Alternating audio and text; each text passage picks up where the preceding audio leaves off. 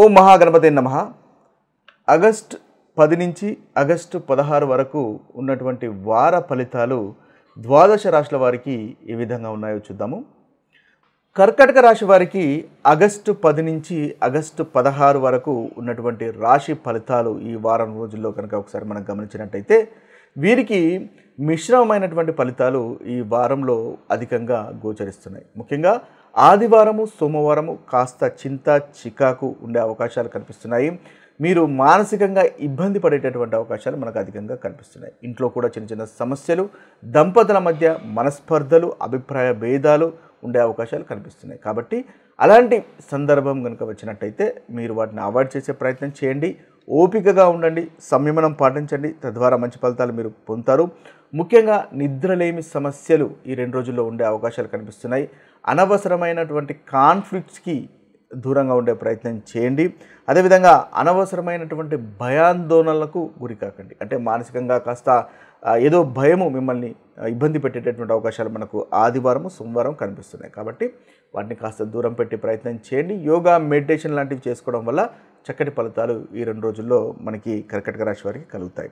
ఇక మంగళవారం బుధవారం కనుక చూసినట్టయితే ఈ 2 రోజులు వీరికి దైవ దర్శనాలు ఉండే అవకాశాలు కనిపిస్తున్నాయి. అదేవిధంగా మీరు హార్డ్ వర్క్ చేయడం వల్ల మంచి ఫలితాలు ఈ 2 రోజుల్లో మీరు పొందగలుగుతారు. ముఖ్యంగా ఏదైనా అనారోగ్య సమస్య అంటే డైజెషన్ సమస్యలు ఉండే అవకాశాలు కనిపిస్తున్నాయి. కాబట్టి ఈ 2 రోజుల్లో తీసుకునేటటువంటి ఆహార విషయంలో కాస్త జాగ్రత్తగా ఉండండి. వృత్తి పనిచేసే చోట హార్డ్ వర్క్ ఫోకస్ అనేది పెట్టండి. తద్వారా మంచి ఫలితాలు ఈ 2 రోజుల్లో పొందగలుగుతారు. ఇక గురువారం శుక్రవారం శనివారం మళ్ళీ చాలా చక్కటి ఫలితాలు కర్కాటక రాశి వారికి ఈ ఆగస్టు 10 నుంచి ఆగస్టు 16 లోపల కనిపిస్తున్నాయి. ముఖ్యంగా వృత్తికి సంబంధించినటువంటి విషయాలు ఎవరైతే ఉద్యోగం విషయంలో కనుక మీరు చూస్తున్నట్టయితే ఉద్యోగ అవకాశాలు తప్పకుండా మీకు కలుగుతాయి. ఆ ఉద్యోగ అవకాశాలు కూడా సక్సెస్ఫుల్ అయ్యేటటువంటి అవకాశాలు మనకు అధికంగా గోచరిస్తున్నాయి. ముఖ్యంగా మీకు సోషల్ లైఫ్ అనేది బాగుంటుంది. స్నేహితులతో కానీ బంధువులతో కానీ ఈ 3 రోజుల్లో ఆనందంగా గడిపేటటువంటి అవకాశాలు మనకు అధికంగా గోచరిస్తున్నాయి. ముఖ్యంగా ఇన్వెస్ట్మెంట్స్ వల్ల కూడా లాభాలు మనకు కనిపిస్తున్నాయి. నూతన ప్రాజెక్ట్స్ మొదలు పెడతారు. మానసికంగా ఆనందంగా సంతోషంగా ఉంటారు.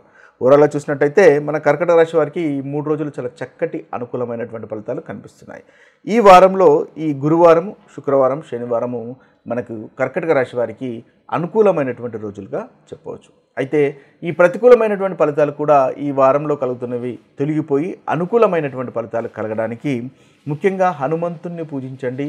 మంగళవారము అదేవిధంగా సోమవారము మహాశివుని ఆరాధించండి. తద్వారా ఈ కర్కాటక రాశి వారికి ప్రతికూలమైనటువంటి ఫలితాలు తొలగిపోయి ఈ వారం మొత్తము అనుకూలత అనేది ఏర్పడుతుంది.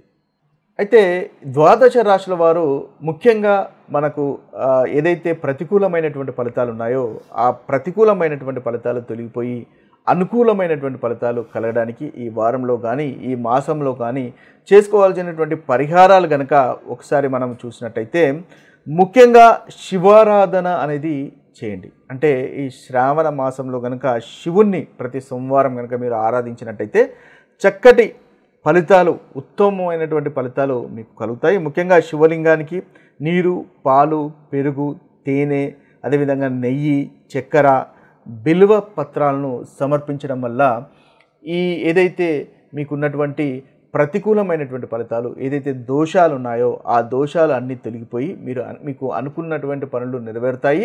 మీకు ఏదైతే మీరు కోరుకుంటున్నారో ఆ కోరికలు కూడా నెరవేరేటటువంటి అవకాశాలు మనకు అధికంగా ఉంటాయి. అదేవిధంగా మీరు ఉపవాసము అంటే ఈ శ్రావణ మాసంలో ఉపవాసం చేయడం వల్ల కూడా ఇది చాలా చక్కటి ఫలితాలు మీకు కలుగుతాయి. శరీరము అదేవిధంగా మనస్సును కూడా శుద్ధి చేస్తుంది. తద్వారా ప్రతి రాశి వారికి చక్కటి ఫలితాలు కలుగుతాయి. ఇంకా చూసినట్టయితే మీరు గంగాజలంతో ప్రతిరోజు స్నానం చేయడం వల్ల కూడా ఈ మాసంలో మీకు చక్కటి ఫలితాలు అధికంగా కలుగుతాయి. ప్రతికూలత అనేది తొలగిపోయి అనుకూలత అనేది మీకు అధికంగా కలుగుతుంది. ఇక చూసినట్టయితే ముఖ్యంగా ఈ శ్రావణ మాసంలో దాన ధర్మాలు చేయడం వల్ల, పేదలకు దాన ధర్మాలు చేయడం వల్ల మీకు ఏదైతే గ్రహస్థితి ప్రతికూలమైనటువంటి గ్రహస్థితి ఉంటుందో, ఏదైతే మీకు ఆ గ్రహాల మహర్దశ అంతర్దశల వల్ల కలుగుతున్నటువంటి గ్రహాల వల్ల కలుగుతున్నటువంటి ఇబ్బందులు కూడా తొలగిపోయి అనుకూలత అనేది మీకు పెరుగుతుంది. అదేవిధంగా మారేడు చెట్టు నాటడం వల్ల కూడా ఈ మాసంలో చక్కగా దారిద్ర్యం అనేది తొలగిపోయి ఐశ్వర్యం అనేది కలుగుతుంది. ఇవి ముఖ్యంగా మీరు చేసుకోవాల్సినటువంటి పరిహారాలు. అదేవిధంగా ముఖ్యంగా ధనం ప్రాప్తికి, అదేవిధంగా అప్పులు తొలగిపోయి ధన ప్రాప్తికి, ఐశ్వర్య ప్రాప్తికి మీరు ఈ మాసంలో ముఖ్యంగా శ్రావణ మాసంలో చేసుకోవాల్సినటువంటి పరిహారాలు కనుక చూసినట్టయితే, మీ యొక్క ఇంటిలో ఈశాన్య మూల శుభ్రంగా ఉంచే ప్రయత్నం చేయండి. అదేవిధంగా ఆ ఈశాన్యం అనే స్థలము, ఈశాన్యంలో మంచి సువాసన వచ్చేలాగా చూసుకోండి. ఎందువల్లంటే ఇది లక్ష్మీదేవికి ఇష్టమైనటువంటిది కాబట్టి లక్ష్మీ కటాక్షం అనేది మీకు తప్పకుండా ఇలా చేయడం వల్ల కలుగుతుంది. అదేవిధంగా రావి చెట్టు, ప్రతి శనివారం సాయంత్రము రావి చెట్టు వద్ద ఆవ నూనెతోని కనుక లేదా నువ్వుల నూనెతో కనుక దీపం వెలిగించినట్టయితే తద్వారా కూడా ఈ శ్రావణ మాసంలో మీకు చాలా చక్కగా ఉంటుంది. అప్పుల బాధలు తొలగిపోయి ఐశ్వర్య ప్రాప్తి అనేది మీకు కలుగుతుంది.